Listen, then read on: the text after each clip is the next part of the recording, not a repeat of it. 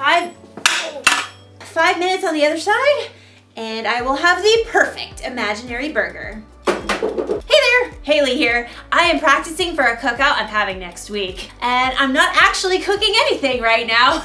I'm inside. That would be a cook-in. So I've never really cooked for any of my friends before, so I just wanted to be prepared because I want them to still be my friends after the cookout's over.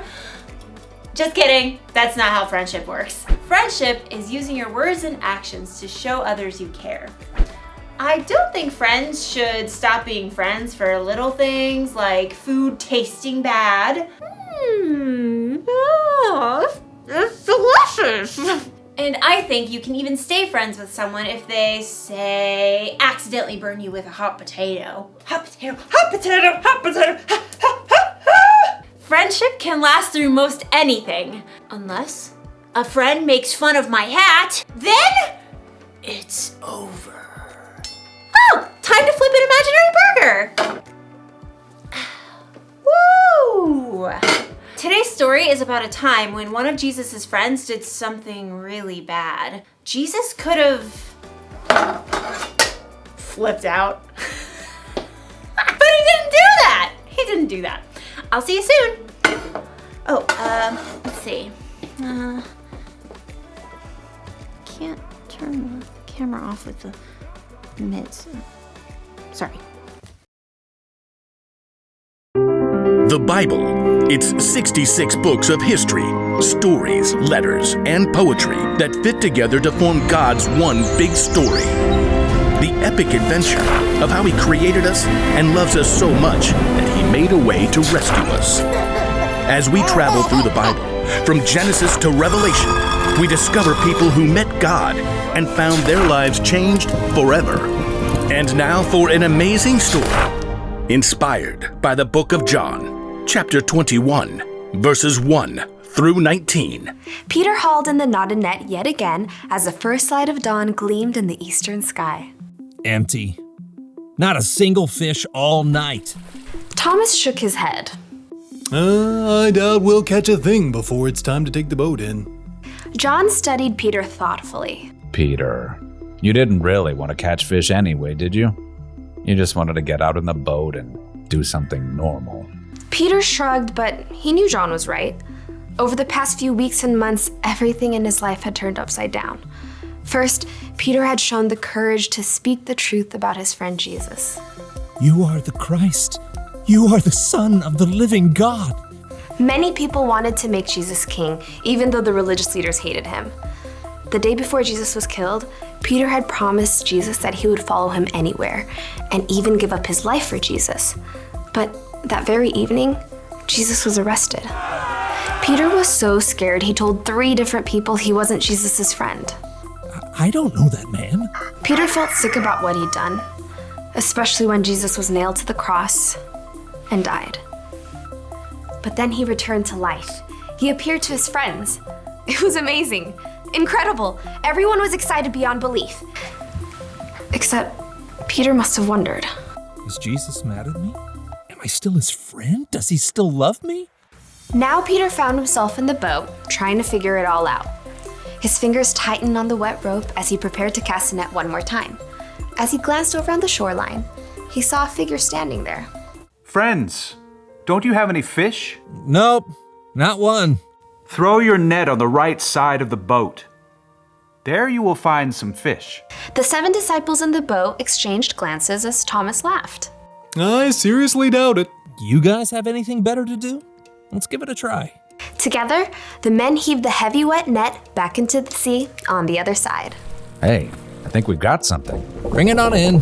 There's 1 fish. 2 fish. A red fish. Ugh. A blue fish. And another one. And another 10. Whoa! Need some help here. The net was so full of fish, they couldn't haul it into the boat. They began towing it to shore. John gaped at the man still standing on the beach. It's the Lord. Excitement raced through Peter's veins. He was about to see Jesus again. But just as quickly, guilt gnawed at his stomach.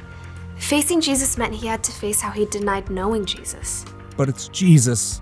I've got to see him no matter what. Grabbing his coat, Peter jumped out of the boat and into the water. He half ran and half waded to the beach when he discovered that Jesus started a small bonfire. Fish and bread were already toasting over the flames. He's God's son and he's making breakfast for us. Jesus smiled at Peter. Bring some of the fish you have just caught. Yes, Lord. Peter ran back to the lapping water to help his friends haul their fish to shore. 153! You counted?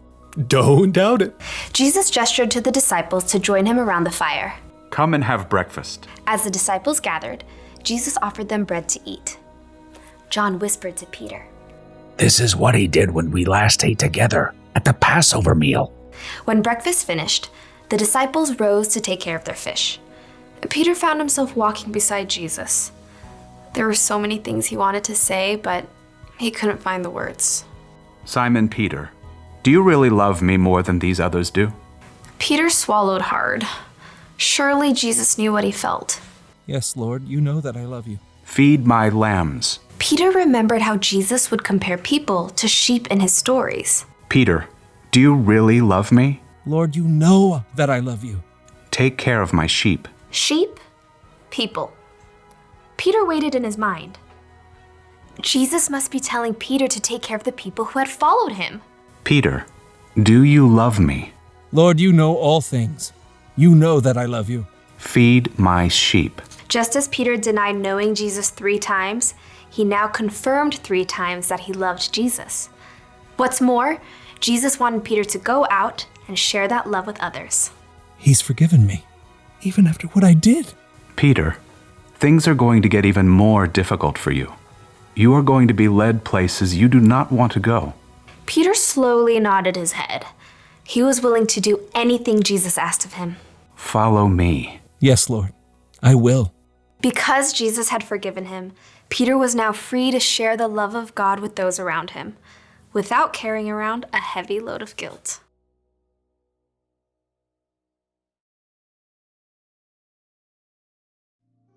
Okay, so picture this. You have a best friend. You do everything together. You eat together. You play games together. You tell each other everything. And then, when your life gets really hard and you need your friend there the most, your friend pretends she doesn't even know you. That's not cool, friend. Wouldn't that make you so mad? It would make me want to say goodbye to that friend forever. But Jesus didn't do that when Peter pretended not to know him. Instead, even though he must have felt so hurt inside, Jesus forgave Peter. Now, I know what you may be thinking. It was pretty cool for Jesus to forgive Peter like that. It was. But guess what? Jesus forgives you and me like that too. Anytime we mess up, we break a rule, or we do something we know is wrong, Jesus forgives us. That's because he loves us so much, and because our relationship is more important to him than our mess ups. That's why the one thing to remember today is this. Friends, forgive one another. Jesus forgives us, so we should forgive others. Our friendships should be more important than our mess ups. I'm not saying it's easy to forgive. It's not. You're going to need God's help, but get this. When you choose to forgive, it can help you feel better inside. It can help your friend feel better inside, and it'll make your cookouts way more enjoyable. Speaking of, this imaginary corn is almost done roasting. Oh, look at that. Oh, what? Oh, this is gonna taste so good when they're real. Goodbye, everybody. Oh, again with the mitts.